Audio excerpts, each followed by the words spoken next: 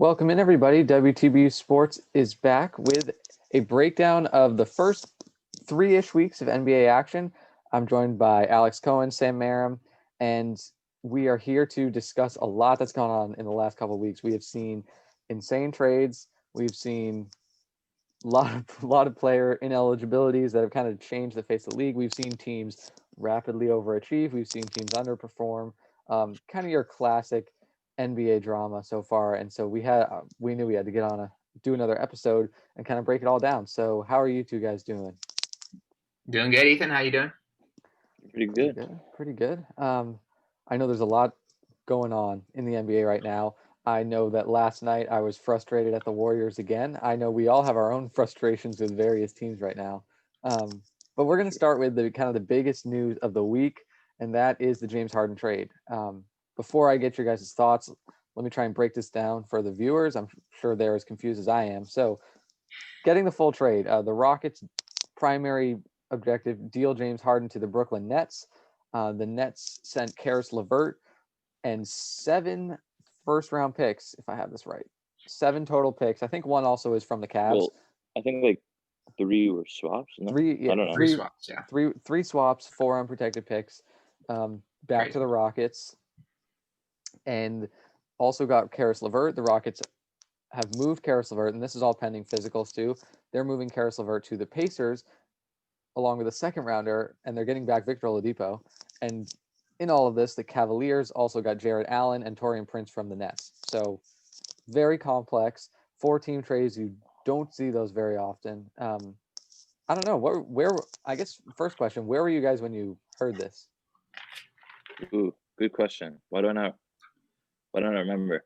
Oh, I remember. I was with my friend, and I don't know, the news broke, and yeah, I don't know. It was wild because it was like a 1, 2, 3 thing of just like, oh, he's not at practice, and the next second it's Nets Sixers are in the reported rumors, and then he was gone.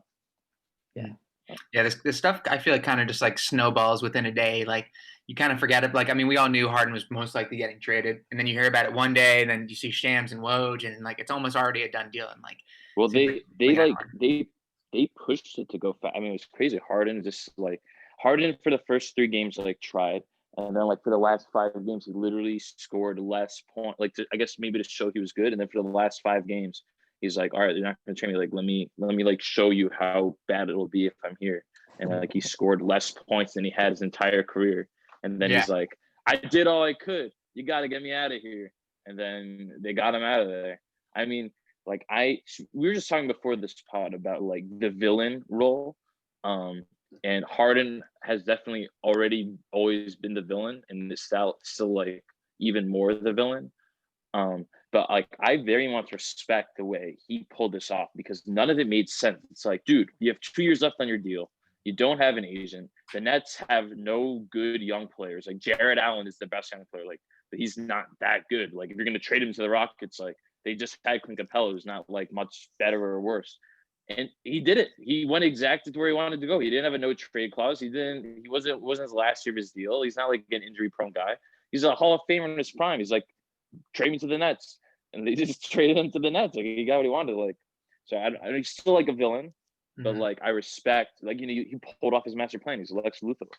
Yeah, it is interesting. Like what you're saying there, how because like when I hear just like someone like agreeing with all the things he's done, I mean, it immediately hits your brain as just like thinking of like him coming in overweight and just being a dick to everyone on the Rockets. And he was, and you could see it in the last game last night. I mean, they were all just like so like they look so great and just so happy to be playing without him, and like people getting touches they didn't get before. But like honestly, like you are kind of right. Like he got exactly what he wanted. He's going straight to Brooklyn. He got to do it in 10 days. I mean, I think only the worst part is he's losing like $10 million of state taxes, right? Yeah, well, I think he literally turned down like a 2-year, $100 million extension or whatever, like something insane. Mm-hmm. I mean, yeah, no, I'm not saying he's a good guy. Like Steven Silas, I don't think people saw enough. Like he literally had a sleepless night after the press conference. Yeah, like I'm still saying Harden is evil. I'm just saying like he's It's you know, true. No, he could have been. Takes a lot to be an evil mastermind. He could have been traded to Sacramento for like Bagley and like Heald and other picks, and essentially sent to NBA Siberia. You know what I mean? But no, he's going to be in New York. He's got the market. He's got his teammates. But how are you guys feeling just like about just like the Nets roster in general now? I mean, they're gonna be good. And I actually I was a big fan of this trade for the Rockets too, although I think they could have gotten more out of it. But the Nets are gonna be good. I mean, they didn't even give up that much. Like Jaren Allen is great. I like Jaren Allen. He's a solid starting caliber center, and Karis LeVert is a pretty solid starting caliber, good scoring guard wing type of guy. But like you're getting James Harden, who is a top 5 player when he decides that he likes playing basketball, and that's the craziest part to me. Obviously, ball sharing duties, I guess, are a legit concern, but I who knows what's going on with Kyrie, Kevin Durant. No, Kevin Durant doesn't have to dominate the ball. I mean, we saw it in Golden State. Like he didn't command touches there. They're gonna survive, and it's just I don't know. When you have 3 on-court top 15 players, that's a good team. Yeah, like what? Even if the rest of you guys are G Leaguers.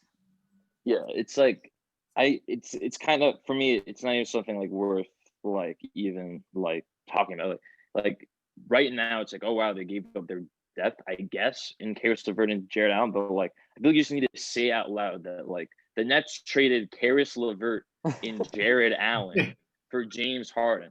Like I don't know. That's like obviously it's not that simple, but like it is kind of that simple. Like I mean, Karis, I was wanting to ship off. I was like mad at the Nets for not shipping off Karis LeVert and Jared Allen for like Beal or Holiday, and they got James Harden out of it.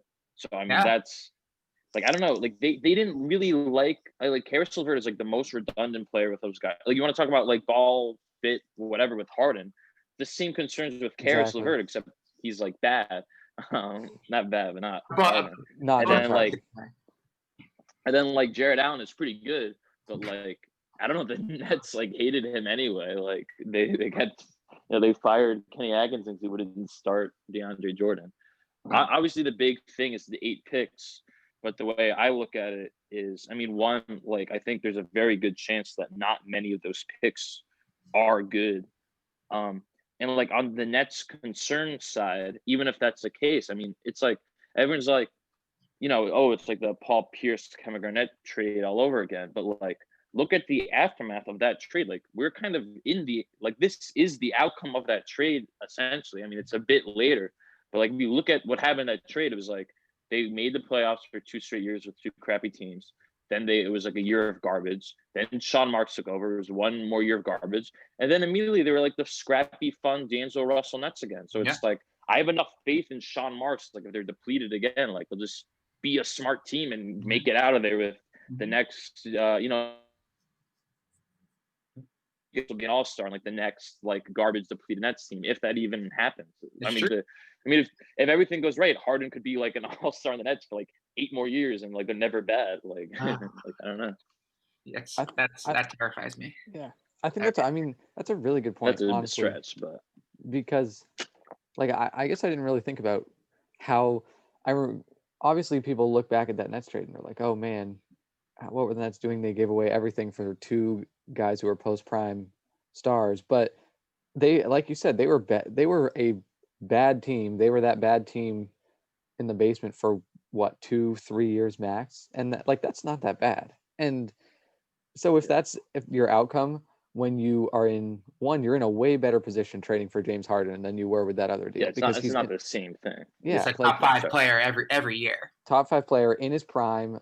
Kyrie's also in his prime. KD is barely past his prime. And obviously it's still really good. It's a completely different situation, and who knows? Maybe these guys actually do all end up hating each other after 2 years and they leave. It's not going to be the end of the world for the next decade. Like you've proven you're going to be fine. Sure. And this whole trading pick away idea isn't that bad. Now, like as the Rockets, obviously I wish they could have gotten more. I don't get why they didn't do the deal with the Sixers instead, because you're getting Ben Simmons and he's a top 25 player in the league. But I think getting picks also is going to help, and we see that with like all different types of teams that like to stockpile picks. Like it's going to help because you just have that many more chances. Even if the Nets end up being a good team, and most of these picks are in like the 20s, those are still picks that can help a lot of the time. So I don't hate it. Yeah.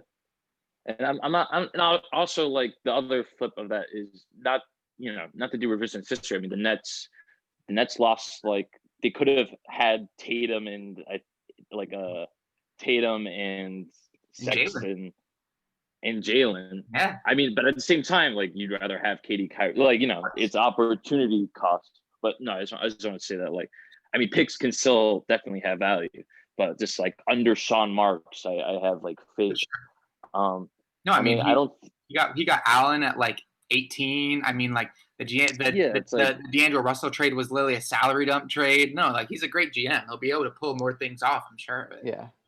And again, like Pierce is not James Harden. Though there are like concerns that I'll say like to me the concerns aren't like ball sharing and like getting along, though those are like concerns just because those are like the most. That's why I love this trade. It's like the most like volatile like talent versus fit thing ever. Like even if they're all saying they're gonna buy in, like the second that like one of them takes the last second shot, like all hell could break loose. To me, the issues are like the defense.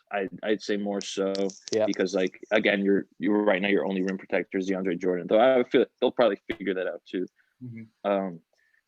But there's still concerns that like even without like the free agency stuff that they could all fall apart in here. I mean, with KD, even though he like right now, and I was like kind of wrong about him, like he literally looks pretty damn similar to what he was. And even if he wasn't, I mean, he's like the third guy. He could be like the third guy now, which is insane. But I will say that like even the other like best case comeback from an Achilles tear being like Dominique Wilkins, people forget that like Dominique Wilkins was only that good for like another year before like distinctly dropping off and like playing in Greece and for the Celtics. Like, so that's still a concern with KD. So even if you have like Dominique Wilkins, KD, and still like good Kyrie and Harden, that's still pretty good. But also Kyrie has the injury concern too, like not with just his shoulder, which randomly like made him lose all last year, but like also his knees, and his like brain. they're in his brain. But like, so I don't know. There's definitely like I don't want to underplay. Like there's concerns. But I'd say that my biggest concerns are the injuries, honestly, and the defense. Mm-hmm. Okay, can I make the case on why this is a bad trade for the Nets? I don't know if I totally believe it, but I think it deserves a case. Okay, so on our first podcast, we talked about how everyone was underrating the Nets and talking about how like people should have been more hyped on them. They have 2 top 10 players, 15 players, whatever you want to say. And I don't know, man. Like I really loved their team makeup before the trade. I think the Dinwiddie injury honestly had a lot to do with this. Just like looking for another playmaker and just another person who can help everyone else get the ball. But I just loved it. They could switch a lot. They could go big with Allen. Like maybe you could even like play KD at the 4 and Prince, or you could go smaller with like there's just like so many possibilities. And I really like their team. They're one of the worst rebounding teams in the league, and like they're already not a good defensive team as well. So I don't know. I thought like Allen was like breaking out. I mean, I got to like watch him destroy Rudy Gobert like in a night, and Rudy Gobert makes $200 million. I got to see him beat up against all of the Celtics bigs. I mean, I'm just saying, and also like I still can't believe Cleveland was able to get him for what, like Exum in a late first. Yeah. Are you kidding? It's the Bucks first, and the same, and like that's the type of pick the Rockets are going to get from the Nets. Like, are you joking? Not even a first round pick. If I knew Jared Allen's value was that low, I would have called Danny Ainge. I'm so mad the Celtics don't have Jared Allen. Oh my god! Or anyone. Yeah. Like, are you kidding? How do we? Not to. I mean, we don't have to get into this right now, but how do we feel about the Celtics not going in on Brown and Smart and like picks for Harden? I personally, I just think I think you do that trade like 10 times out of 10. You trade your young player and another asset. Yeah. I do. I mean, Boston has an attachment to Jalen Brown, as do I, so it can be a little And tough. Marcus Smart. I feel like Marcus Smart's the harder part of that trade. And also, I don't even understand why the Rockets would need Marcus Smart. I feel like this is being like assholes. Like, But why if those two they guys need for Marcus top Smart? 5 player, you do. You do. Yeah. It's tough to really agree to it because those are like maybe like the two most liked players in the city. But And if you're getting, Jalen's been really good. Yeah. yeah, and they've both only gotten better every year they've been in the league. But like if you're getting a top 5 guy who, I mean, like I think James Harden is a little different just because with everything that's going on. But if you're getting a top 5 guy, you would have to make that trade. That's Yeah. Yeah. And I remember feeling similarly about back when like the Anthony Davis trade rumors with the Celtics were a thing. I remember thinking like, look, you gotta just do it. It's Anthony Davis. And exactly. yeah, looking at this deal, the team I don't understand is the Pacers. And like I get that, hey, people forget like Victor Oladipo kind of wanted out in like October. And so maybe that's his still own an like issue. mini Harden vibes over there. Yeah, but and I guess I mean that quieted away and they were playing really well, but obviously you trade him, but like they come out of this with Karis LeVert, who is not very good at much else besides scoring, and you get a second round pick for Victor Oladipo, who looks really good, can be like a borderline all defense guy, and also looks a lot better and more like his 2 or 3 years ago self as far as an offensive player. And yeah, so like when Victor Oladipo's good and healthy, he's a top 30, maybe top 25 guy when he's like back to his normal self. Karis LeVert's never going to be even close to that. That's fair.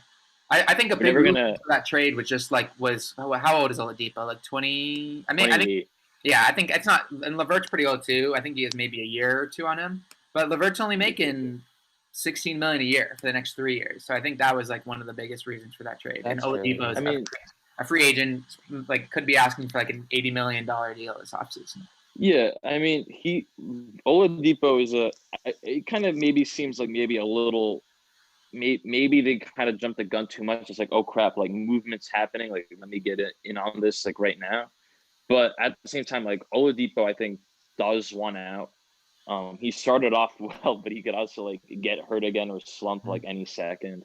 Yeah. And like he's an unrestricted free agent. I mean, to get anything out of him is pretty solid. I mean, to get like worse Oladipo, he's pretty Oladipo-esque in the sense it's like another like fake young injury-prone inefficient shooting guard, I guess, without the defense, but maybe more playmaking. Like I don't know, it's kind of like the most Pacers move ever. I don't think it's necessarily like good or bad. Like they just kind of like are keeping the Oladipo baseline going. I don't think it's like a great trade, but I don't know if you want like a Victor Oladipo on your team. Like it's a pretty good replacement. I feel. Yeah. I don't know. He's under contract for 3 years. If you want, you can. If you don't like it next year, guess what? You can trade him and get an asset. Guess you couldn't do that for Victor Oladipo. Yeah, and I mean it's a good point because the Pacers, especially over the last 2 years, have kind of figured out like we don't need a guy like Oladipo to run the team. Like it basically runs through Sabonis, and Malcolm Brogdon does a lot too at this point. And it's a pretty different team, and you have a new coach, so I think they're kind of transitioning from a lot of what they did 2 years ago, where they almost beat the Cavs and stuff like that. Yeah. So I guess it makes sense from that perspective. Though maybe like that's underplaying it because like I don't know. I'm saying like it's good for what they want to do and have like a Oladipo level guy, but I don't know. Maybe it isn't the best move to like. All right, so for your guy, you didn't find a way to upgrade your team. You just kind of kept it the same. Where like even maybe just like having Jeremy Lamb as like a shooter and then like trading Oladipo for like a pick asset to get someone else is better than like. Now you have like a starting 5 of like LeVert who can't shoot and Turner and like Sabonis, like Sabonis is like your second best shooter in that lineup with like TJ Warren and like LeVert and Miles Turner. Like I don't know, like maybe we're not being hard. Maybe I'm not being hard on them enough for like only going. Like I don't know, they did what they wanted to do, but maybe like it might not be like 4 seed isn't like the best. I don't know. I feel like Karis is definitely like an Indiana cultural fit, but yeah, I don't know if it's gonna fit, especially with the state thing. But you could also say, he's been on the bench his whole career. He's had a couple times to shine, blah blah blah. So like giving him this opportunity versus Oladipo, who we've already seen as a starter, and maybe we've already seen his peak and he's on his downfall. I mean, LeVert could show out. I don't know. It just feels like the most Indiana Pacers move ever to like remain the 5 seed for the rest of the time. It's like, I don't know. I mean, like, I'm not like, it's up to you. Like, if you want to do that, like, you're going to do a pretty good job of that. But yeah, they're probably not going to compete with like, they're not going to be like the new like thorn in like the Cavs side probably. Yeah. I don't know. You know, the Cavs being like the Nets now. Mm-hmm. I don't know. Yeah, I mean, yeah. Any other thoughts right now on this Harden trade? We talked about the. Oh, I don't even know. Did we talk about the Cavs that much? I just said it was a highway robbery for them to get Allen for literally nothing. It is. Yeah. Yeah, I mean, devil's advocate, you are like right now it's kind of like the same thing where like right now it's fun. Like you just got like a 22-year-old good budding center. But at the same time, you did just trade a first in like the good 21 drafts for, you know, like a center who you're going to have to pay. Yeah. Yeah, and maybe like, I don't know, right now Jared Allen is fun because he's the 22-year-old center you're not paying, but like all of a sudden you're giving Jared Allen like $100 million to start at center.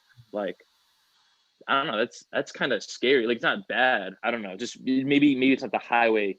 Like right now it's fun, but then like, you know, if the Cavs are like getting bodied by Joel Embiid and like you're paying Jared Allen $100 million and you could have had another like chance at a different Jared Allen in this draft. I don't know. I mean, I can't really roast a Cavs trip. Just like, it's like, it feels, I think it may be like less of an active homer than it is if like all of a sudden you're giving Jared Allen a ton of money and he's not that boy, but he could be that boy. I mean, it's a move the Cavs should have made. I don't know. I can't hate on it. Good on the Cavs.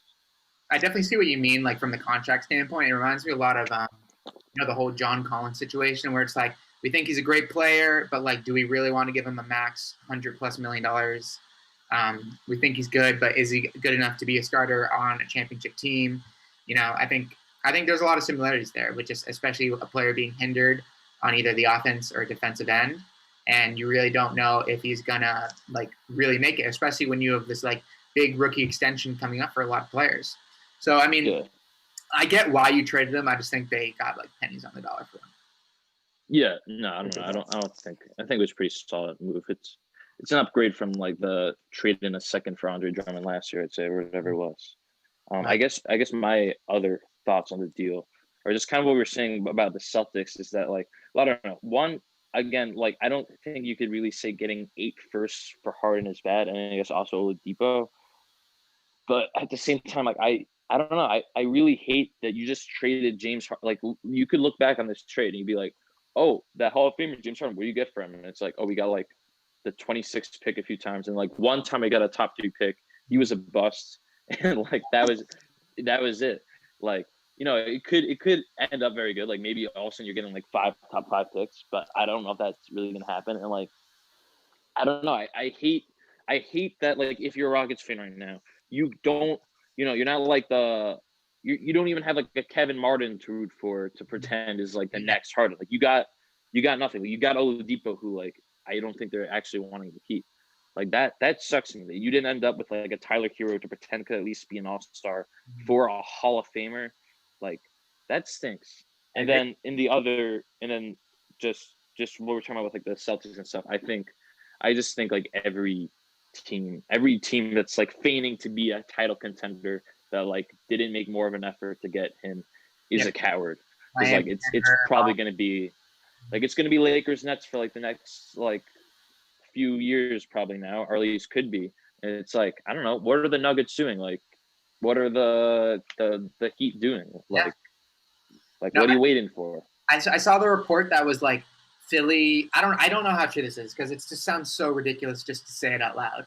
Of Philly not willing to trade for Harden because they don't want to part with Tyrese Maxey. That is ridiculous. Yeah. So I think Mark Stein reported this, or I'm not sure who reported it, but it was like a very like top reporter who said this. Imagine the outcry that would happen if Danny Ainge was like, Peyton Pritchard can't do it.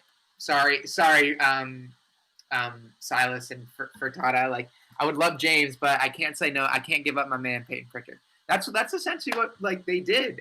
I mean, obviously, like they have to give up. No one wants to give up Ben Simmons, but just like I don't know, man. I don't know.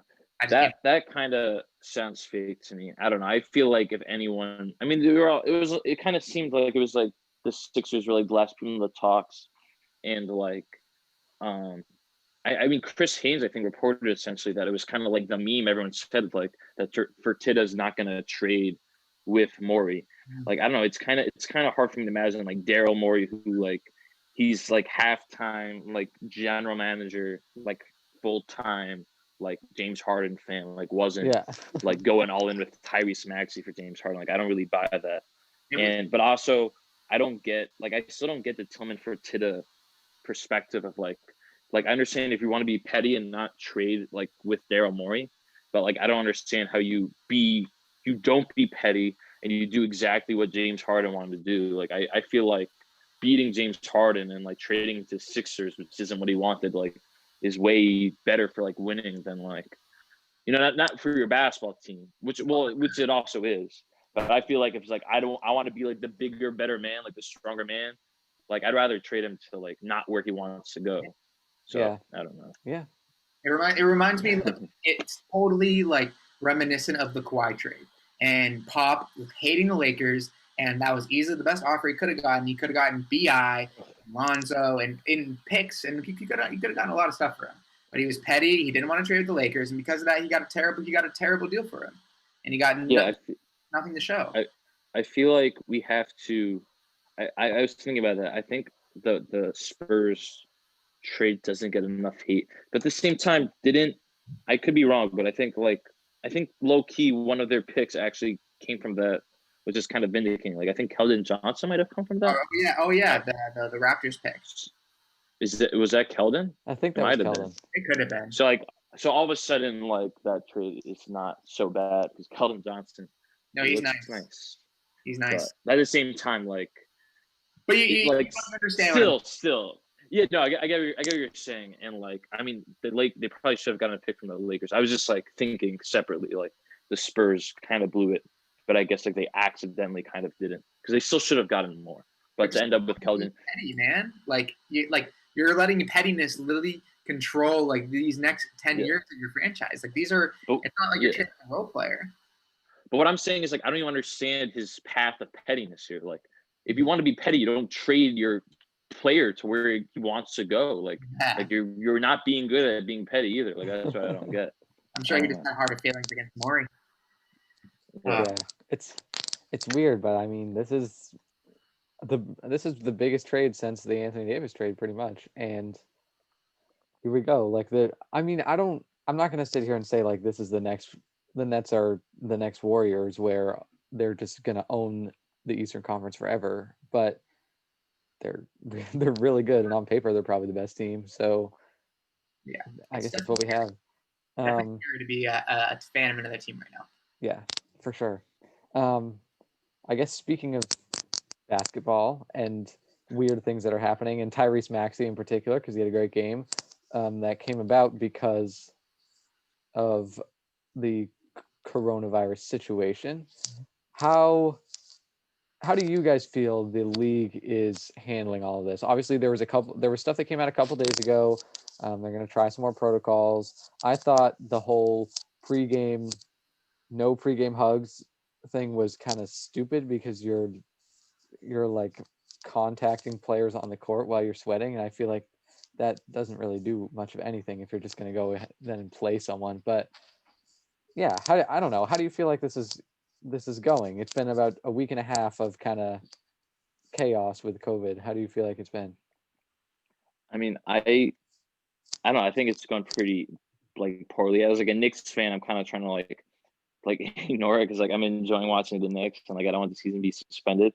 But like I don't know. I mean, it's ridiculous, and kind of the way they've handled it so far is like, I mean, the fact that it took them so long to realize that like the Wizards were like the super spreader is insane, and obviously that alone proves that you could probably get corona from in game, not just a fist bump before the game, like, which is ridiculous.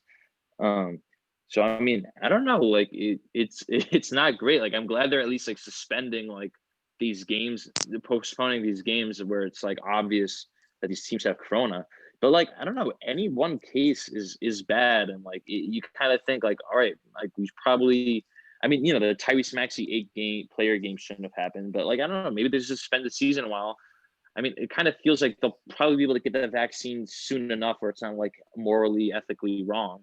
So it's probably doesn't make. They probably should maybe just wait for that and keep it going because like I don't know, any one person getting corona is still bad. Like Yeah. like we're kind of writing it off as like, you know, day to day like knee soreness, whatever. But like it's still it's not good. And like a lot of these players, yeah, they could be fine. But like again, all I think about is like Mo Bamba, who like Yeah. got it like before the bubble and like essentially wasn't even playing until like the last game of preseason this year or like something like that. So like the it can have an effect on players and like I don't know, like that's bad. That's bad. Like you don't want that on any level. Like I don't know, like what if Seth Curry's having a career year now he has COVID. Like what if he's just like bad the rest of the year now or you know worse? Like I don't know. That sucks. No, I mean this would happen in football all the time. Like a player was playing super well. I mean, this happened with Cam Newton. He was playing super well, gets COVID, and then isn't the same guy. And I don't know how much of that is due to talent because some guys, I mean, like Westbrook got hurt and also got COVID, comes into the bubble, it doesn't look the same. But then there's some guys who did have COVID, and then they come back and you kind of forget about it. So I mean, it affects everyone differently. And then also like it's just like so unprecedented. We have nothing to base this off. There's never been something like this, holding back games and postponing games like every day. So it's just like so hard to really like. I mean, obviously, like it's easy to complain and condemn the NBA and say they should be doing a better job, but it's really hard. I mean, I can't imagine. I mean, like I know a lot of people are asking for them to go start a new bubble, or some people are asking for a 2-week break. And like you said, with the moral dilemma, like I'm sure once the vaccine comes out, it's going to be the same thing. Like, hey, why are these NBA players getting the vaccine and these frontline workers aren't? So I mean, there's going to be talk about this all year, and they're not going to figure it out. And it's going to be, I don't know how bad it could get. I don't know if it's season ending bad, but I mean, it's not the best path right now. I don't know. And with like moral and ethically, I don't know. I'd rather like I don't know. Well, not to get too into it, but I feel like you can't. You know, you can have your moral and ethical grandstanding or whatever you want to call it for not skipping the line, but like I don't know, putting players at risk for COVID, like is still not. You know, you're still not like the good guys. Like, that's still also bad. Yeah. I don't know. Yeah.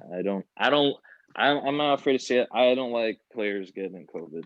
Even if they're not like actively like dying, I'm not a fan of that. I mean I agree with you, and whether it's basketball with a guy like Mo Bamba or baseball, or I mean like Eduardo Rodriguez on the Red Sox has now like a heart condition because he got COVID, and that's gonna affect him for the rest of his life. Yeah. And there's so many long-term effects that people don't understand.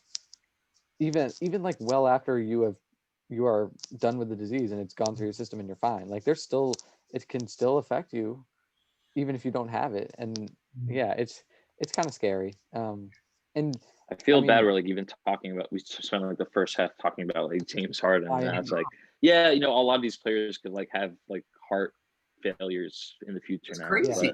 But it is insane. Like, you know.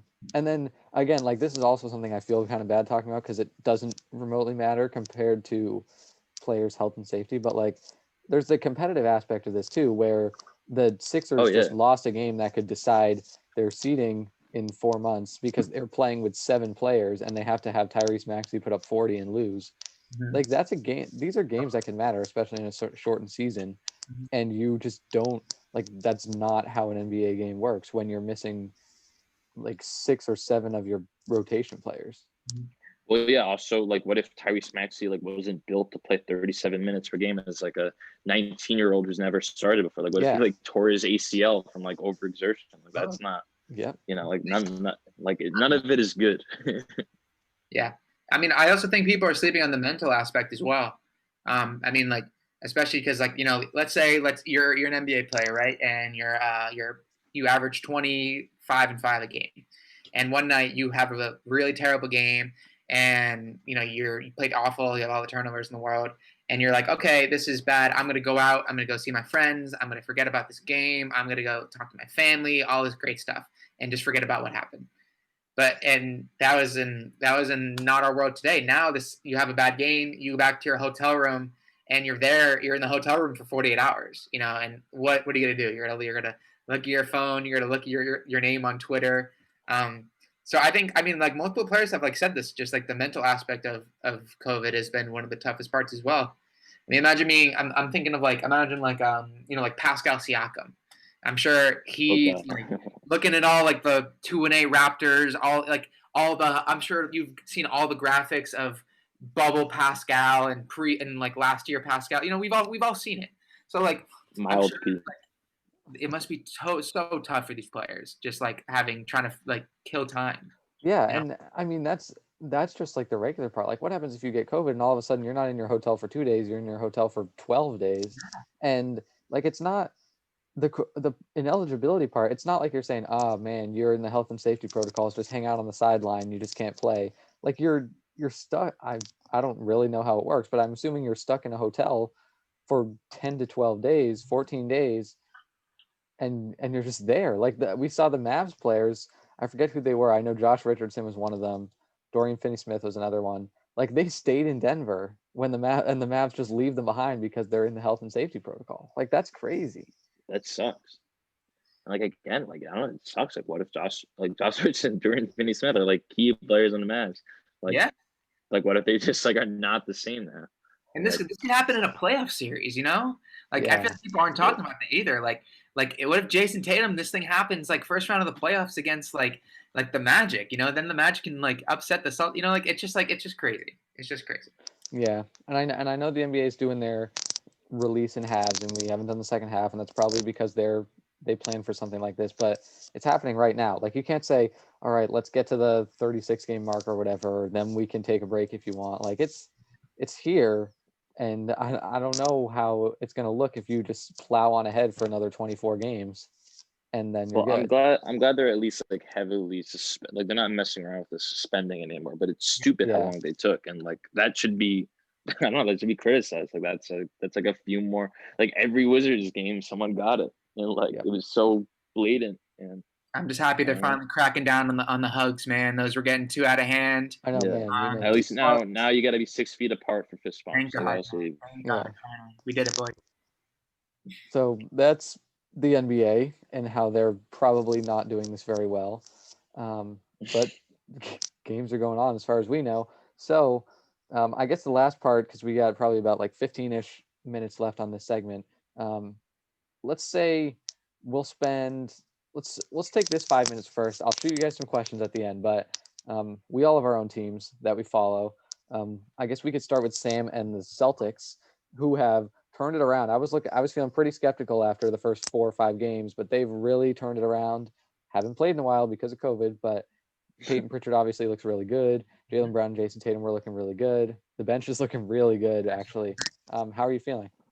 I mean, I'm in the same boat as you. I mean, I wasn't like too skeptical of them to start the season because I mean, like everyone, I feel like just like a lot of Celtics players get better every year, and that has to do with Danny Ainge's 90% of the team being drafted by the team and being there for like a couple years. And like it's funny, like when you like someone told me like like the only 2 people on the Celtics who weren't drafted there are Teague and Thompson.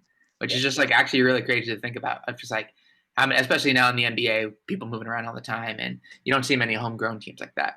But I think that has to do a lot with with the development of this team, and I think that is the main reason for them picking up the slack. Jalen Brown, Semi Ojeleye, Grant Williams have really just like picked it up. Jalen Brown is going to be an All-Star this year. If he keeps it up, he's easily going to be an All-Star this year. I think he's 8th in scoring, playing an amazing defense, passing the ball like he's never done before. I think he has his highest assist turnover ratio. I didn't take him in fantasy basketball. I'm still really angry about that. And we have and Semi Ojeleye. I don't hate him as much anymore. I used to get really angry at him all the time. He's actually a decent guy now, at least for now. And then and Peyton Pritchard, man. I mean, honestly, like the the way I would feel just like about the Celtics here and the way he's elevated just my overall morale has been unbelievable. And I wouldn't expect it. He's looks like a veteran. He looks like he's been in the league for multiple years. It's crazy. It makes me really happy. It is crazy. And I thought that pick was awful. And I was so bummed when they made that pick. You as well? And I still, like, when you think about a guy like Desmond Bane on the Grizzlies who's really good, I still am a little sour, but like Pritchard's been really good. There's no like, you can't deny that at this point. And Celtics look really good. Their end of game situations are a lot better. They're not just giving Tatum the ball and having him try to create threes and stuff. So it's looking better. Yeah. And then I guess we'll head to the Knicks. How are you holding up? I don't know. I mean, it's like very interesting. I guess again, like the Knicks, Peyton Pritchard is Emmanuel quickly, where it's like when he plays well, it's like everything is right in the universe. Like we have like a point guard who can like shoot, pass, and like elevates like everything, and is young, etc. But the issue is that like had not been him for like the last 4 games since like I originally had that like list. So like now he's on like like is he actually good watch or like that level good, though like again he's still like a nice player. I mean, my current state of the Knicks is like they started off 8-5 and it's like, oh wow, like I hate the fact we're doing like 8-man rotations and like the players leading us to these wins are Alfred Payton, Austin Rivers, and Julius Randle. Like that seems very stupid. But like, hey, look, if it works, it works. And like if they're good off the backs of Julius Randle and Austin Rivers, like you got to tip your hat. And like maybe I was wrong on like how you build a team. And sometimes you could build a playoff contender on Austin Rivers. And then like they've lost 4 straight, not even close. Like every concern with like the defense not being that good because like they let up the most shots at the rim and most wide open threes in the league has like been realized. And their hot shooting dipped, so they're also like now the worst offensive team in the league. So it's like, what the hell are we doing? Why is Alfred Payton playing 31 minutes a night just to like make life harder on literally everyone? Like, why is RJ Barrett like playing a bad 40 minutes a night? It's like, I don't know. Right now the vibes are like bad, and like it's just like stupid. What are we doing? Though like tonight, we'll probably beat the Cavs because the Cavs don't have a single active point guard, and like we'll be like, oh, we're competitive. But like, I don't know. I think it's still kind of stupid. I don't like. I'm still not into like all-star Randall. Like I don't know. You again, what I said before the podcast is like it's not the same thing because he's definitely like been passing more and stuff. But like I don't know. Knicks had Marcus Morris last year. Like he was very good. Like sometimes like a veteran is able to just do good as like the focal point on a bad team. Like I don't really care that much. I care about RJ Barrett, who's literally been the most inefficient scorer in the league. I care about Mitchell Robinson, who's like finally not fouling, so that's like a thing and good. But also like not only has he not added like any part of offense to his game, but like he literally did not even like for like the past 2 games. I don't think he scored on a non-putback. So like I don't like that either. And like so the other thing is like quickly who like has been very bad or very good. And then it's Knox who like I never trust Kevin Knox, like because he people forget he literally everyone's like, oh, he's shooting 40% from 3 now. And all I can think of is like, look at his numbers from the first 12 games last year. He also shot 40% from 3 through 12 last year. Like he's Kevin Knox. Like, this is what he does. So I don't know. Right now the vibes aren't great. Like I feel like what we're doing is stupid. But I do feel like there are a lot of games that with Fizdale at the helm you would have lost that you won this year, which with Thibodeau. Like I don't disagree. I mean, well, Fizdale sucks. Like I won't ever deny that. Yeah. And I don't think Mike Miller was like I don't think Tiz necessarily like holding back some great team in Fizdale. Fizdale is definitely way worse. But like I also like don't care about beating the Jazz because Austin Rivers scored 13 in the fourth. Like I care about these players improving and like not just these players improving, but like finding like look at the Nets. Like well, they didn't have any lottery picks. They found like Spencer Dinwiddie and Joe Harris out of their ass, and we're running like a tight 8-man rotation with like Reggie Bullock playing 35 minutes a game. Like, I don't care if that leads to wins, but like it's also probably not going to lead to wins. Return. So Yeah. he's coming back, baby. Reggie. Like, I don't know.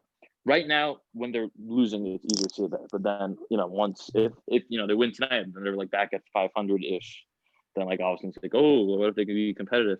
And the truth is, like, I don't know if they are able to like be competitive, like that alone. Maybe you'll be able to get some guy off like being competitive in New York. But I don't know. I'm not really seeing it. I'm not liking what I'm seeing these last 4 games, and it's kind of like my worst fears realized. So it's hard to be optimistic right now. Though I don't know if it all comes down to the Emmanuel, Peyton Pritchard quickly. If Quickly's good, like all is good. But if he's not, then if Emmanuel Quickly's Aaron Neesmith, then we're in trouble. Yeah. I'm still not selling my Neesmith stock yet. I'm still not selling. I'm still holding. Same. I wouldn't sell it, but I was hoping they'd play because he was the only wings, and he he gets played. I know.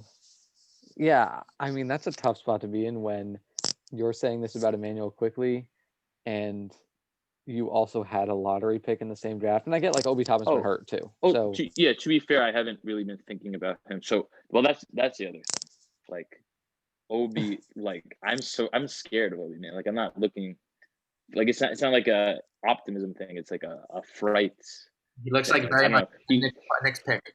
A classic. Yeah, like I don't know. It's only been like 1 game he played. Well, actually, he played 57 games in the 57 seconds in the last game against the Nets, and he was pulled because like they didn't like the matchups.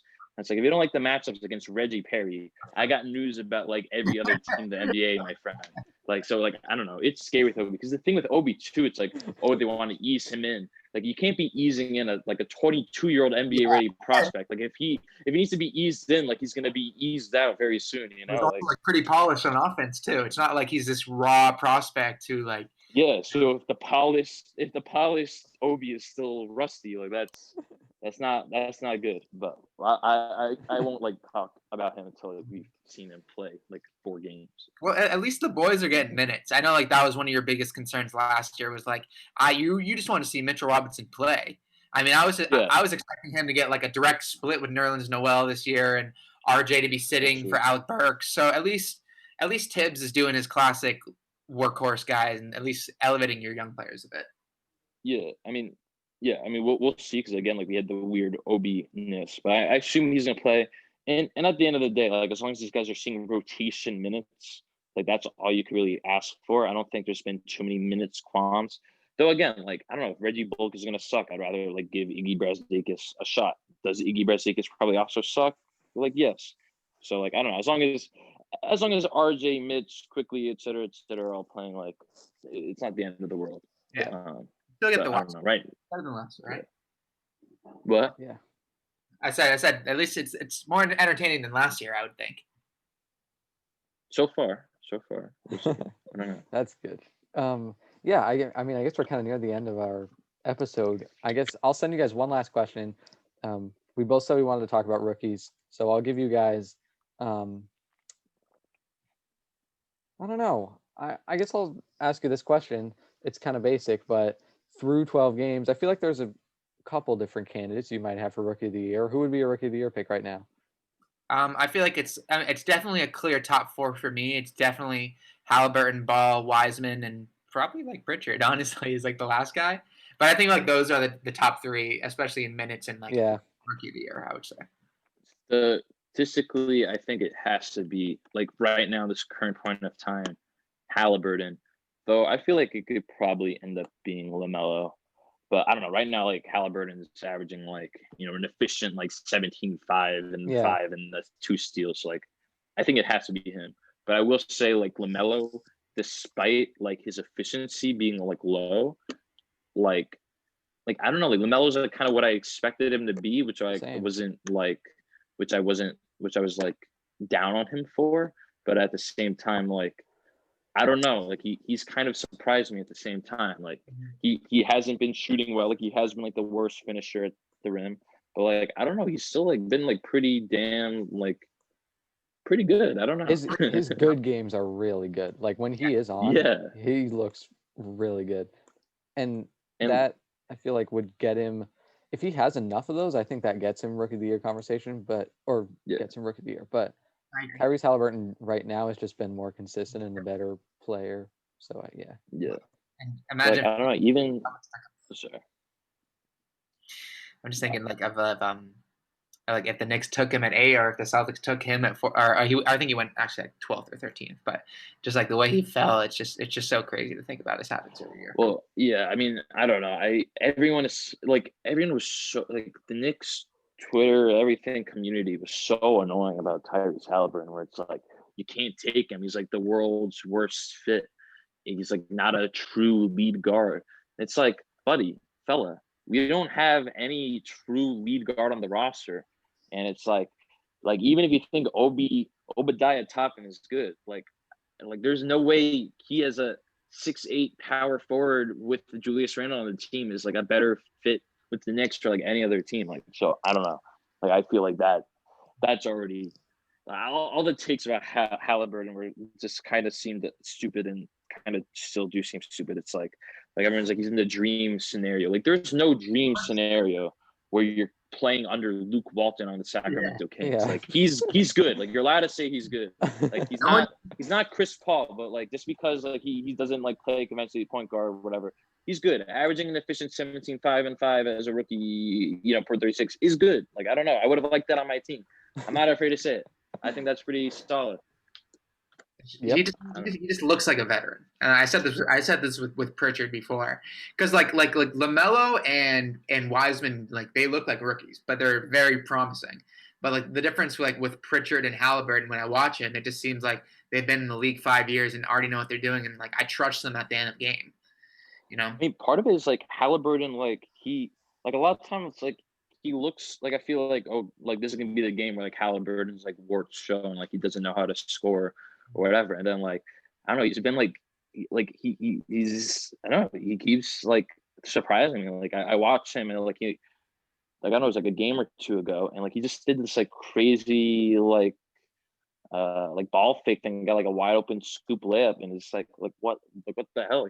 He's such a weird player with this shot, and again, what everyone gets mad at him for not being like that true penetrating point guard, but like every game he's scoring like he's getting double digits every game with like the weirdest play style ever. So like yeah, I don't know. It's weird for sure. But like you said, I feel like there are a lot of players in the league where they're not going to fit conventional archetypes, but they're still going to like be good. And maybe it's because he's a rookie and teams just like haven't really felt like they had to study him yet. And maybe after a year, teams come back and they're like, "Oh, we got you figured out." But yeah, I mean that's true with all these guys. I mean, LaMelo has shot like 6 of 24 since his triple double. Like that. I mean, so that could still happen with Halliburton. Yeah. But, and also, like if you don't know like what position he is, like who cares? He's good. Yeah. Like you could shoot and pass. Like I don't understand why you got to be so anti that, man. I thought like the last 10 years was like the revolution of positionless basketball, and just like realizing like, hey, like we want our 5 best players out there, regardless of their size, like skill set. We just want our 5 best guys out there. I don't know. I don't know. It's like if you can only be good next to like a player like De'Aaron Fox, it's like, don't you want to get another player that's good like De'Aaron Fox anyway? Like you can't get Tyrese Halliburton because you don't currently have De'Aaron Fox. Like you're just never gonna have like you're just gonna not get a good point guard. Like or even if he doesn't fit, you still have an asset. Like might as well just have. Yeah, I don't know. I think everyone just like was a little too anti him. Yeah, but we'll see. Maybe he'll start syncing it up. Like I got a little scared because he made that tweet being like 4 games in his career. He's like, they said I can't shoot. It's like whoa. Like it's a 4-game sample size. Like you still may not be able to shoot. But yeah, that's true. No one, I don't know. I'm sure people said. I mean, that would be me as a prospect. Like one person saying like one thing and like reply on like some foreign board saying like I couldn't shoot. I'd be like, I'm proving you wrong. Like like shirt bag 2478. Like I don't know. Like if you can find motivation, you take it. Yeah, exactly. I guess Twitter needs to be deleted. Yeah. I mean, I think that covers everything we wanted to talk about on this episode. Otherwise, any last thoughts from you guys? I know it's a weird year, so I guess we'll see where the next couple weeks takes us. I don't know. Yeah. Guess So my oh sorry. That was no, a you super got it. random thought. I don't know, Go. I'm scared. I'm scared that like the Magic only have Cole Anthony at point guard right now. That like that's just frightening. They Sorry, are that's my they one. are having a one hard takeaway. time. Yep. Yeah. And I also to say like it really sucks about the Wizards. I really thought they were going to be the great 500 like fun team to watch, but True. just compared to everyone else in the East, all the like the old bad teams, you know, the Knicks, Hornets, Cavs, Pacers, all those teams have top 10 defenses this year. So, and the Wizards have a very, very, very bad defense. they so. are. We'll see though. It's early. They upgraded from like not being able to guard a parked car to like being able to guard I don't know, something else. I don't remember what it was. I'm just worried about. They look better. If they were in the West, it would be so much better for them. It'd be so much better. Yep. I mean, we'll see what happens with them too. They are getting destroyed by COVID right now. They have 5 positive cases. So yeah, exactly. Who knows what's going on? But otherwise, I think that about covers it. Thanks so much for tuning in and listening with us. We'll be back probably to recap some NBA storylines pretty soon. I always enjoy doing this. I feel like it's fun to do. We go to a lot of different national places. Like it's not just Celtics, or it's not coast just to coast. Yeah, coast to coast. So it's good. So otherwise, thanks so much for joining us. We'll be back at you soon. Have a great weekend.